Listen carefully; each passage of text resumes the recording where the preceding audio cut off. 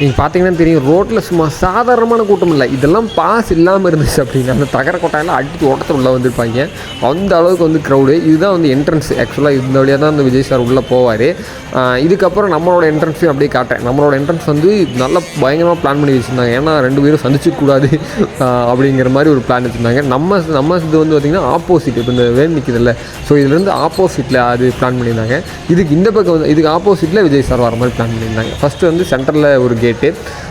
இப்போ இந்த இடம் வந்து சரியான க்ரௌடு. இந்த இடத்துல வந்து சும்மா அந்த இரும்பு கேட் போட்டிருக்காங்கல்ல, ஆக்சுவலாக அந்த பெட்ரோல் பங்க் பக்கத்துலலாம் வந்து பார்த்திங்க அப்படின்னா செக்கிங் நடந்துட்டு இருந்துச்சு. ஆக்சுவலாக 2-3 இடத்துல செக்கிங், ஒரு கிட்டத்தட்ட 4 இடத்துல செக் பண்ணி அதுக்கப்புறம் அந்த ப்ளூ கலர் கேட் இருக்குல்ல, அந்த இடத்துல ஒரு டைம் செக் பண்ணி, நான் உங்களுக்கு ஃப்ரேமில் காட்டுறேன், அந்த இடத்துல ஒரு டைம் செக் பண்ணி அதுக்கப்புறம் தான் வந்து உள்ளே ஒரு டைம் அந்த பாக்ஸாக போட்டிருக்காங்கல்ல, அதுக்குள்ளே 2 பேர் செக் பண்ணி அப்போ தான் உள்ளே அலோவே பண்ணுறாங்க.